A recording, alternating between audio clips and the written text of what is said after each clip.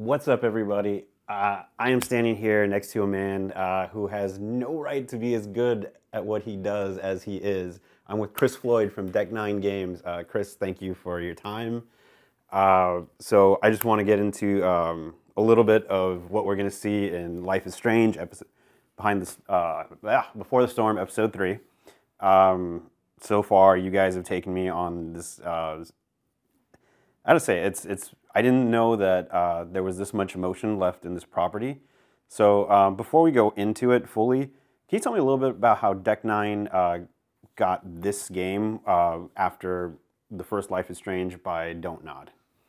Yeah, first of all, thanks a lot for your kind words about the game. I'm really glad that you're enjoying it. So Deck9 Games, about 2 or 3 years ago, really started to focus ourselves on making cinematic narrative adventure games. So that meant bringing on a team of people, including folks from TV and film, as well as video games, that were really all storytellers. They were interested in telling meaningful stories for players. So then we also created a new tool set called the StoryForge tool set for making these kinds of games, creating great cinematic sequences and gameplay sequences. So then we started looking around, talking to publishers about what we could do, what we were interested in, and when we talked to Square Enix about making some kind of adventure game for them, we honestly didn't expect they'd come back and say, hey, what do you think about making the next Life is Strange game? And that was fantastic for us because we're such big fans of what Don't Nod had done. Yeah, and that's interesting that you guys had made the tool set before you even knew what the game was going to be. Usually a developer has something in mind already what they want to do with that. So was that when they told you guys, okay, you guys can do Life is Strange, what was the reaction? Was that, something that you guys instantly wanted to take that challenge on, or was it a little bit of trepidation? Yeah, well, I mean, both. I mean, it was a great privilege to be able to work in this universe that Don't Nod had created, and a lot of pressure because what they did was so unique and special. We felt like our tool set could totally make this sort of game, so we weren't concerned there. It was really just living up to the standards of what they had done in the first game and just making sure that, particularly in a franchise where there's so many fans that are so passionate about that game, that we were going to satisfy them and make them say, yes, this is a new Life is Strange game. These are the characters I know and love. This is the kind of game I expect. Yeah, and especially jumping into Before the Storm here a little bit. So far, we've, and sorry about the spoilers, but we're going to touch on a few things. If you haven't played it already, you damn well need to. This is a really great story being told. So we've gone away from the first game's main character, Max Caulfield, to her friend, Chloe Price, and we're looking at her tragedy and how it really... We saw the after effects in the first game. Here we're getting into really the nitty-gritty of how she kind of got to where she is. So with the story of Rachel and Amber being told, or Rachel Amber and Chloe Price being told, why was Chloe a perfect focus for you guys? Yeah, good question. I mean, when we started making the game, to Square Enix's credit, they said, hey, you guys at Deck9, you need to own this story. So you tell us what kind of story you want to tell. We all agreed that a prequel made more sense than a sequel because of the way that the first game ended. So we looked back and we looked at all the characters that we knew in Arcadia Bay, and we just kind of kept orbiting around Chloe because she's so fascinating, particularly at the period of time we chose, 3 years before the first game begins. She's really a character who's imprisoned by her grief and her loss, her losing her father to a car accident, and then her best friend, Max, leaving town. Yeah. And so that along with then this promise of someone like Rachel Amber and the way Chloe talks about Rachel in the first game, she saved me, she's my angel. We said this is a really important relationship, and Life is Strange is all about relationships. So that moment of Rachel, this person coming in at the perfect time and sort of saving you from yourself, that felt like a dramatic story. And touching on Rachel Amber a little bit, so you guys seem to flesh out a little bit more story than we were told in the first game. So at what point did you guys come up with the idea for not only do we know that Rachel Amber is going to meet a tragic fate later on, but she's got this extra weight of having to go through basically her family's just total collapse. How did that idea come about? Yeah, it was important to us that it was clear, and we kind of knew from the setup from the first game that Chloe needed someone like Rachel to come into her life. But we realized quickly the story was much more interesting if Rachel needed Chloe as well, just as much. And Rachel recognizes that Chloe is someone who maybe appears broken, maybe is broken in a lot of ways, but is also a very strong person. We know that about her from the first season as well. So that's where the sort of family drama of Rachel's life at the Amber House was really powerful for us and really an important part of the story we're trying to tell.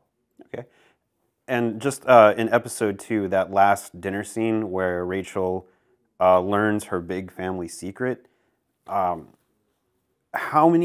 there any kind of rewriting that you guys had to tweak on that, or was that something instantly you guys nailed right off the bat? Because that is probably one of the single most emotionally powerful scenes in a game this year.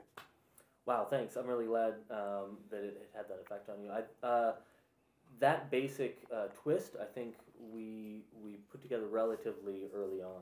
But there are a lot of little details, how we're going to present it, that it's there at dinner, how Chloe is going to take part in that, what choices you have for how you interact with Rachel's parents, and those kinds of things were things that I think we continually shape as that scene comes together, both in the script form and in game itself. So I have to ask, how many of you guys at the studio cried when you guys put that scene together and watched it back? Because I still, Life is Strange is something I constantly want to go back to because there's so many different ways you can do choices. But that was one scene that I just, every time I go through it, it's always heartbreaking. I can't imagine what you guys were going through. We have moments, I think, where at the very least, it's a little more difficult when you're there seeing how maybe the sausage is getting made to have the same kinds of reactions that players do.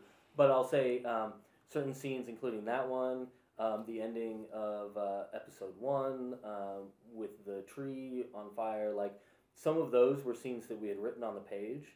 But until we saw some of the performances and like in particular get the music, for instance, in those scenes, like that's when some of the magic starts to happen, and we look at them and go, oh, okay, this is a seriously powerful scene. Like this is players are gonna love this. This is gonna work really well.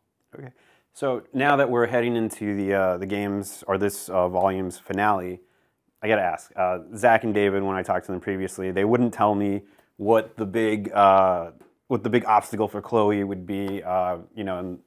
In Don't Nod's game, we knew the tornado was going to attack Arcadia Bay almost from the start. They kept it a big secret until I finally was like, oh, okay, she's going to deal with the roaring fire. There's a big impending fire about to engulf the town. So will we see more, since you guys have to wrap this up in one episode, not only do you have to do, there has to be some resolution to Rachel's family story, you have to leave Chloe in a place that puts her on the track we need for her to be on, and you have a fire to deal with. Will we see more of the supernatural stuff come in to help out, or is this going to remain as grounded as it's been so far? Okay, let's see. How can yeah, I don't want you to give away too much. Yes. Sure. No, and it's a great question. I think a lot of fans probably are wondering how all these threads are going to come together. We're going to have some, I think, really beautiful kind of, if you will, strange supernatural moments. There we go. We will have, I think, a lot of the threats that you've seen so far come into play. But in many ways, to get to your question, I think we are a little more intimate, a little more grounded story than the first season, and that was very intentional because of who Chloe is and what we thought really was going to work best for this story about this relationship between Chloe and Rachel. So so you continue to see that, I think. Two, we're going to give you some really tough some really tough situations and some really tough choices, but a lot of them will be very, very grounded and very human. Was there, you know, and you don't have to get into specifics, but as much as you can, was there anything that you guys had to leave out to wrap this all up in one episode? Yeah, you always have you know, ideas that you want to get in, and there's realities of production that mean that, you know, sometimes you have to usually transform them into something a little bit different. But we're super happy with the way that the third episode has turned out, and we think players will get a lot of their questions answered. Awesome, and I think once I've gone through the whole thing and I'm cried out, I will come back to you and, like, I want to know what didn't I get here. But then you guys get to finish up also the bonus farewell story. Is there anything you can tell us about that as far as, you know, differences from how we've played these first 3 episodes compared to what you guys are doing for farewell? Yeah, I mean, we'll talk a lot more, I think, about farewell at the beginning of next year, in advance of it coming out. But you will be playing Max again. This will be years before, even before the storm. So this is young Max and young Chloe, and getting to see them together in a way we've only very briefly seen. But that changes a lot about how it plays and the tone, because it's the character of Max and Chloe are so different. And now we're at this particular point in time where, you know, Chloe isn't experiencing the pain that we associate with her. So I think that's kind of what's exciting about what Farewell is going to bring to players. I think they're going to love getting, you know, one more chance to see these characters. Do you guys feel, and just to wrap this up, do you feel there's something left for you guys to tell in the backstory sometime in the future? I don't think I can really speak to. Let's get the PR guy out of the room for a minute, and I'll re-ask this. No. Of the future of you know, Life is Strange. You know, Don't Nod is working on their sequel. Yeah. It's going to be amazing. And beyond that, you know, we'll just see what the future holds. Maybe Max and Chloe in kindergarten. We'll just keep going back. Just keep going back. Eventually, it'll just be the parents' game, and yeah. But all right, everybody, thank you for your time.